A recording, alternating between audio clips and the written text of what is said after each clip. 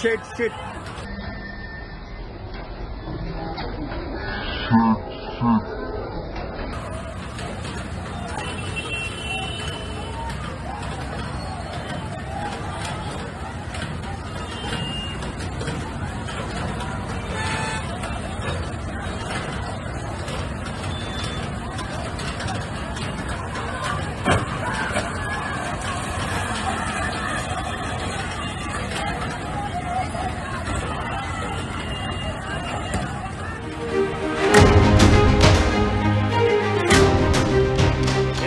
చూస్తున్న ఈ విజువల్స్ మహారాష్ట్ర పూణేలో జరిగింది.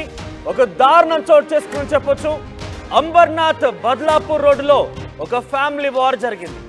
హింసాత్మకంగా అక్కడ కుటుంబ వివాదం మారింది. ఈ నేపథ్యంలో కుటుంబ సభ్యులను చంపేందుకు ప్రయత్నం చేశాడు ఒక తమ్ముడు.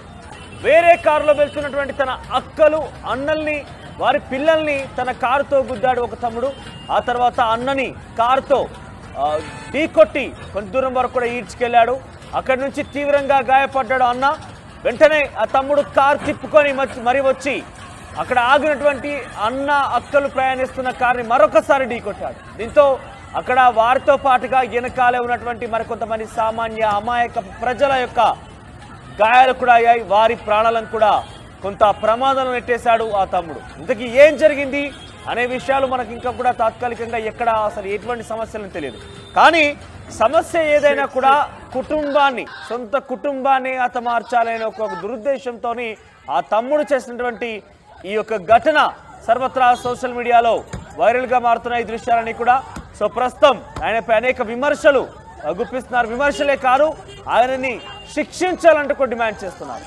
సో ఇక్కడ పూణేలో జరిగింది ఈ ఘటన. పూణేలో జరిగిన సిచ్యువేషన్లో చాలా దారుణంగా కారుతో వచ్చి తన కుటుంబం ప్రయాణిస్తున్న మరో కారు పైన ఢీకొట్టాడు. ఈ ఘటన అంబర్నాథ్ బద్లాపూర్ రోడ్డు పైన జరిగింది.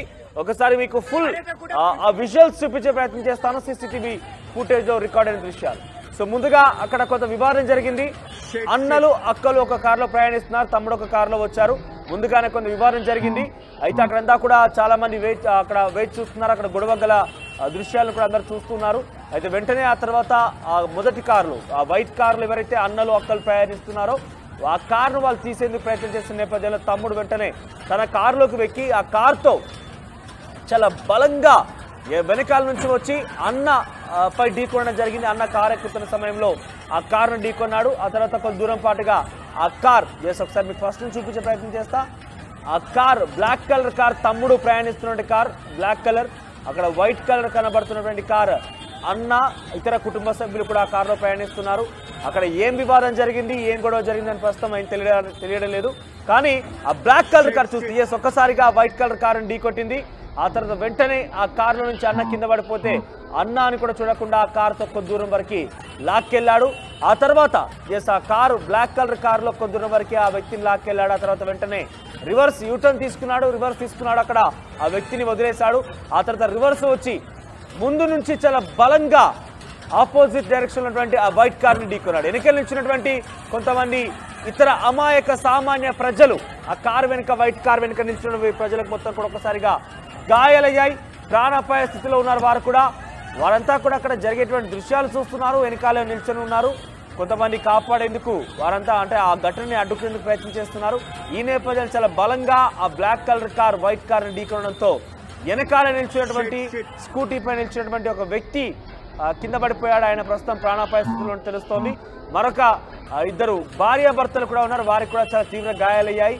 ఆపోజిట్ డైరెక్షన్లో వెళ్ళి వెంటనే యూటర్న్ తీసుకొని రివర్స్లో వచ్చి వైట్ కార్ని ఢీకొనడంతో ఆ వైట్ కార్లో ఉన్న వారితో పాటుగా కారు వెనకాల ఉన్నటువంటి మరికొంతమంది కూడా తీవ్ర గాయాలయ్యాయి. ఈ ఘటన మొత్తం కూడా సీసీటీవీ ఫుటేజ్లో రికార్డ్ అయిన దృశ్యాలు ఇవన్నీ కూడా. ఆ తర్వాత కొంతమంది స్థానికులు అక్కడ వీడియోలు రికార్డ్ చేసిన దృశ్యాలు. సో ఏం జరిగిందో ఏమో కానీ, ఆర్థిక సమస్యల, కుటుంబ నేపథ్యమా, ఆస్తగాదాల ఏం జరిగి ఉంటుందో ఏమో కానీ, ఇద్దరు కారులో, తమ్ముడు కారులో వస్తున్నాడు, అన్న ఇతర కుటుంబ సభ్యులు మొత్తం కూడా కారులో ప్రయాణిస్తున్నారు. ఆ కారులో పిల్లలు కూడా ఉన్నారు, అన్న వాళ్ళ పిల్లలు కూడా ఉన్నారు, అక్క వాళ్ళ పిల్లలు కూడా ఉన్నారు. వెనకాల నుంచి చాలా బలంగా వచ్చి ఆ వైట్ కారుని ఢీకొని ఆ అన్నని కొద్ది దూరం వరకు లాక్కెళ్లడంతో పాటుగా తిరిగి యూటర్న్ చేసుకొని వచ్చి మరోసారి వైట్ కారుని ఢీకొనడంతో ఆ కారు వెనకాలన వారికి కూడా గాయాలయ్యాయి, కారులో ప్రయాణిస్తున్న వారికి గాయాలయ్యాయి. ముఖ్యంగా కారు వెనకాల నిలిచినటువంటి వారందరూ కూడా ప్రాణాపాయ స్థితిలోకి వెళ్ళిపోయారు. సో ప్రజెంట్ మీరు చూస్తుంటే కనుక వారందరినీ రక్షించి వెంటనే ఇతర కార్ల సహాయంతో హాస్పిటల్కి తరలించే దృశ్యాలు మనం చూస్తున్నాం. అక్కడ వెనకాల నిలిచినటువంటి ఆ స్కూటీపై నిలిచినటువంటి వ్యక్తిని ఢీకొన్న తర్వాత ఆయన కొన్ని గాయాలయ్యాయి. గాయాలకు సంబంధించిన వ్యక్తిని కొంత స్థానికులు, అక్కడ నిలిచినటువంటి స్థానికులు ప్రయాణికులు కూడా ఆయనని కొంత హాస్పిటల్ తరలించే ప్రయత్నం చేస్తున్నారు. కొంత డిస్టర్బింగ్ విజువల్స్గానే కనబడుతున్నాయి మనకి. ఆయన ఒంటిపై గాయాలున్నాయి, చాలా బలంగా తాకడంతో ఆయన కొద్ది దూరం పాటుగా లాక్కెళ్ళింది కూడా ఆ కారు. దీంతో ఆయనకి చాలా తీవ్ర గాయాలయ్యాయి, తలపై కూడా చాలా బలమైనటువంటి గాయం తగిలి రక్తస్రావం అవుతోంది. ఆ దృశ్యాలు మీరు చూస్తున్నారు. వెనకాల నుంచి బ్లాక్ కలర్ కారుతో అప్పటికే వివాదం జరిగింది, గొడవ జరిగింది. ఆ తర్వాత కొంత అక్కడ అందరూ కూడా అడ్డుకునే ప్రయత్నం చేశారు. ఆ తర్వాత అన్న వాళ్ళు కూడా కారులో ఎక్కి వెళ్ళిపోవడానికి ప్రయత్నం చేశారు. కానీ తమ్ముడు మాత్రం వెనకాల నుంచి చాలా బలంగా వేగంగా వచ్చి అన్న వాళ్ళు ఉన్నటువంటి కార్ని ఆయన ఎక్కుతున్న సమయంలో డోర్ పాగాన తగలడంతో ఒక్కసారిగా అందరూ ఆశ్చర్యపోయారు. అందరూ కూడా చాలా ఉత్కంఠగా చూసారు ఏం జరుగుతుందని చెప్పి. అక్కడ తమ్ముడు ఆ కార్ని ఢీకొనడమే కాకుండా అన్నని కొద్ది దూరం వరకు కూడా లాక్కెళ్ళాడు.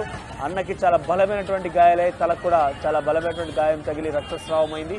ఇక అక్కడ తాగకుండా తిరిగి అన్నను కొంత దూరం వరకు లాక్కెళ్ళిన తర్వాత అక్కడే యూటర్న్ తీసుకొని రివర్స్లో వచ్చి మళ్ళొకసారి ఆ వైట్ కార్ని ఢీకొన్నారు. దీంతో అక్కడ కార్లో ఉన్న వారితో పాటుగా వెనకాల నిలిచినటువంటి మీరు చూస్తే కనుక వెనకాల కూడా వైట్ కార్ వెనకాల కూడా కొంతమంది నిల్చొని ఉన్నారు. వారందరికీ కూడా చాలా పెద్ద ఎత్తున గాయాలయ్యాయి. వారందరూ కూడా కొంత ప్రాణాపాయ స్థితిలో వెళ్ళని తెలుస్తోంది. ఈ ఘటన మహారాష్ట్ర జిల్లా పూణేలో జరిగింది. పూణే జిల్లాలో జరిగింది. అంబర్నాథ్ బద్లాపూర్ రోడ్డు పైన ఒక ఫ్యామిలీ వార్ సామాన్య అమాయక ప్రజల ప్రాణాలని బలిగొనే రకంగా, వారి ప్రాణాలకి అపాయం తీసుకొచ్చే రకంగా ఈ ఘటన చోటు చేసుకుంది.